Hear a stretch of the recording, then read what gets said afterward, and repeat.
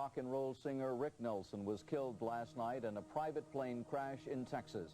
As a legendary singer, beloved actor, Time magazine's first ever teenage idol, and a loving father, Ricky Nelson appeared to have it all. From his radio show beginnings on the adventures of Ozzie and Harriet in 1957, to getting the first ever #1 song on Billboard's Hot 100, Ricky left an immeasurable mark on the music industry. However, in just one day, his promising future came to a tragic end, deeply affecting fans and loved ones. On New Year's Eve in 1985, fate took an unexpected and tragic turn, abruptly ending his promising future and leaving fans and loved ones in shock. This is the story of Ricky Nelson, a Hall of Famer whose life was filled with triumphs and tragedies. But first, let's get back to where it all started for Ricky.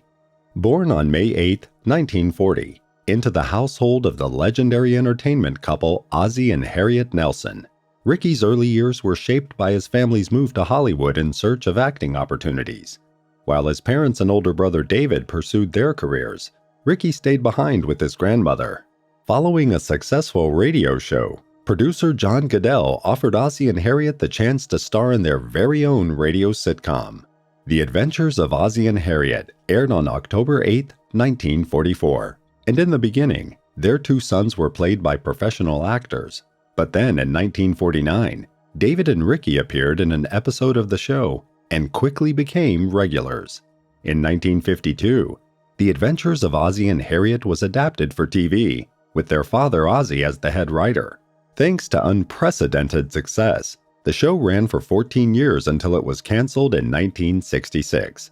During his early teens and tweens, Ricky played the clarinet and drums, learned guitar chords, and practiced singing in the shower. He was heavily influenced by blues singer Carl Perkins. Singing was part of Ricky's genetic makeup, and at age 17, he used his heavenly voice to impress a girl.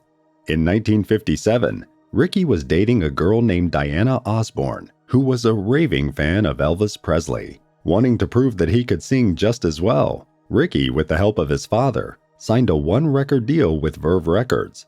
After his initial success with I'm Walkin', A Teenager's Romance, and You're My One and Only Love, all released in 1957, Ricky broke the contract with Verve Records and signed a 5-year deal with Imperial Records. The following year, Ricky recorded Poor Little Fool, which was released in June 1958.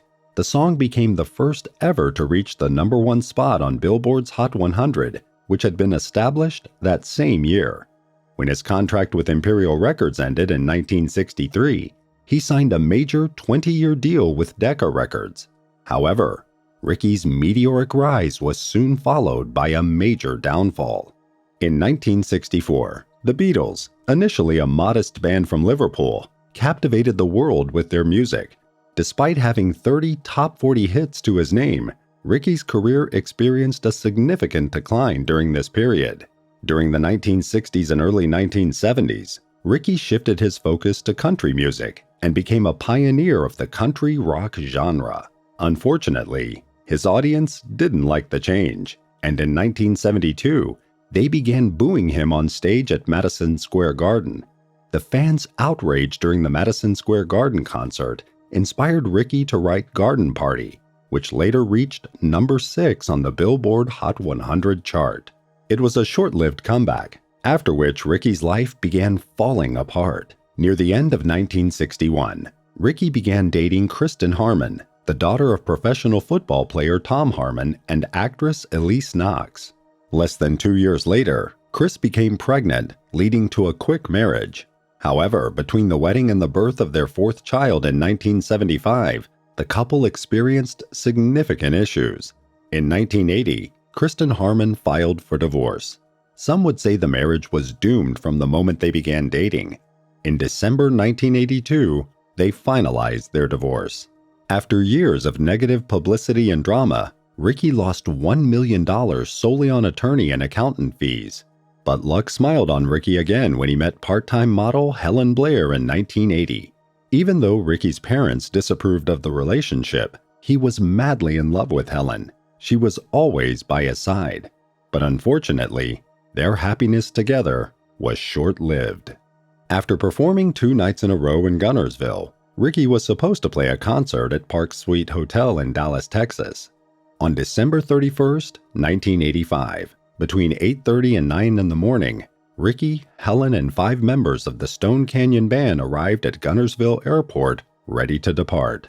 Ricky owned and operated a Douglas DC-3 plane. They took his plane to Dallas, where it was serviced under the crew's direction before being loaded with luggage and musical instruments. At 12:40, the pilot and co-pilot, along with the 7 passengers, boarded the aircraft, and the DC-3 taxied for takeoff.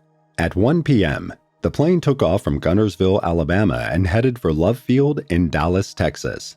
However, at exactly 5:08 p.m., something strange occurred.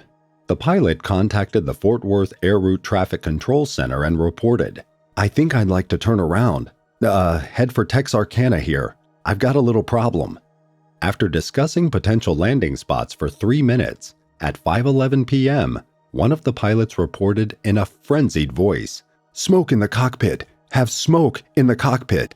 Just 1 minute later, the air traffic control radar showed that the aircraft had descended to an altitude of only 600 feet. By 5:14 p.m., air traffic control lost radar connection with Ricky's DC-3. The plane crashed with its gear down in a field about 35 miles west of Texarkana, after flying over a farmhouse and severing 2 power lines. The crash claimed the lives of Ricky, Helen, and the 5 band members. The pilot and co-pilot survived by escaping through the cockpit windows, but suffered serious burns. During their final descent, eyewitnesses reported seeing smoke trailing from the aircraft. The Texas Department of Public Safety quickly dispatched a helicopter to assist the pilots, but by then, it was already too late. The crashed plane was engulfed in flames, originating on the right side of the cabin area. The fire claimed the lives of the 7 passengers.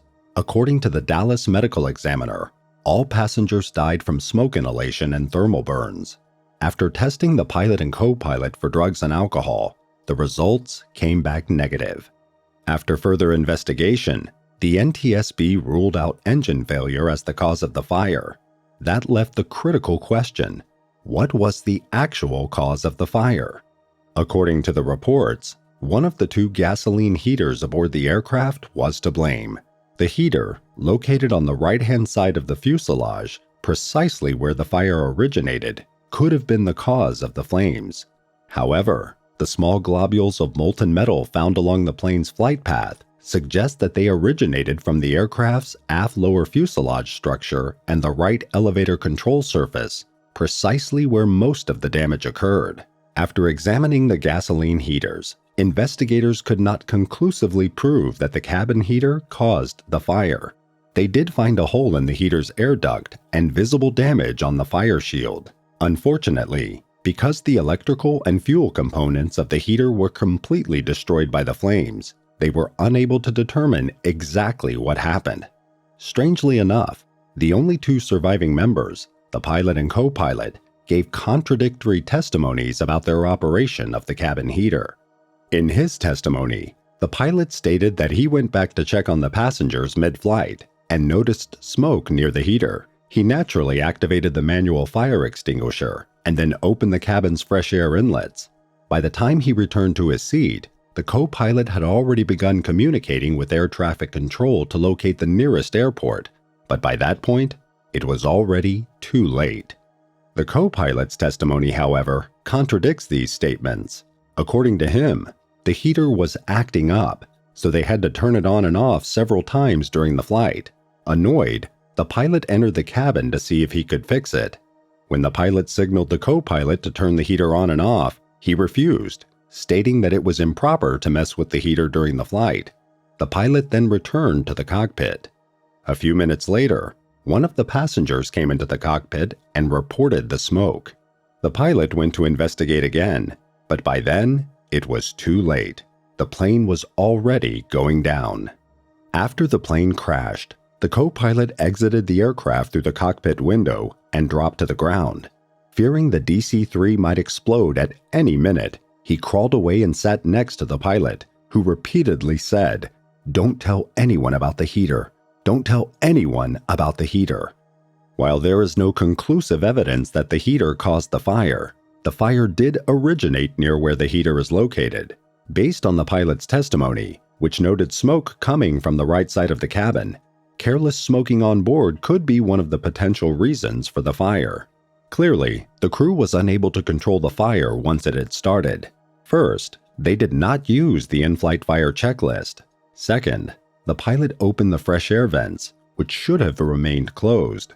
Third, the crew and passengers should have used supplemental oxygen as soon as they noticed the fire, but did not. Lastly, neither the crew nor the passengers used the manual fire extinguishers that were available in the aircraft. These oversights likely caused the flames to spiral out of control, ultimately leading to the crash that claimed Ricky's life. Because Ricky never got to perform at his New Year's Eve concert, Dallas singers paid tribute to the teenage idol of the 50s. His fans, on the other hand, were stunned to learn that their favorite singer had passed away on New Year's Eve. After the crash, Ricky's family in California mourned his passing while they waited several days for his remains, which were misdirected in transit. When they finally arrived, 250 friends and family members attended the funeral ceremonies at the Church of the Hills in LA on January 6, 1986. Countless fellow actors, musicians, and other celebrities attended Ricky Nelson's funeral, including Connie Stevens, Angie Dickinson, and Colonel Tom Parker. His body was laid to rest at Forest Lawn Memorial Park several days after the funeral. Ricky Nelson was a pioneering teenage idol and one of the first singers to use his TV show to promote his music. His unique style helped pioneer the country rock genre. From his achievements in film, he was awarded a Golden Globe for Most Promising Male Newcomer in 1959. He was so loved by his fans that the Hollywood Post Office designated an entire room just to accommodate his fan mail. His premature passing left a scar on both the music industry and the hearts of his fans and loved ones. His legacy is forever remembered by the Rock and Roll Hall of Fame, where he was inducted in 1987.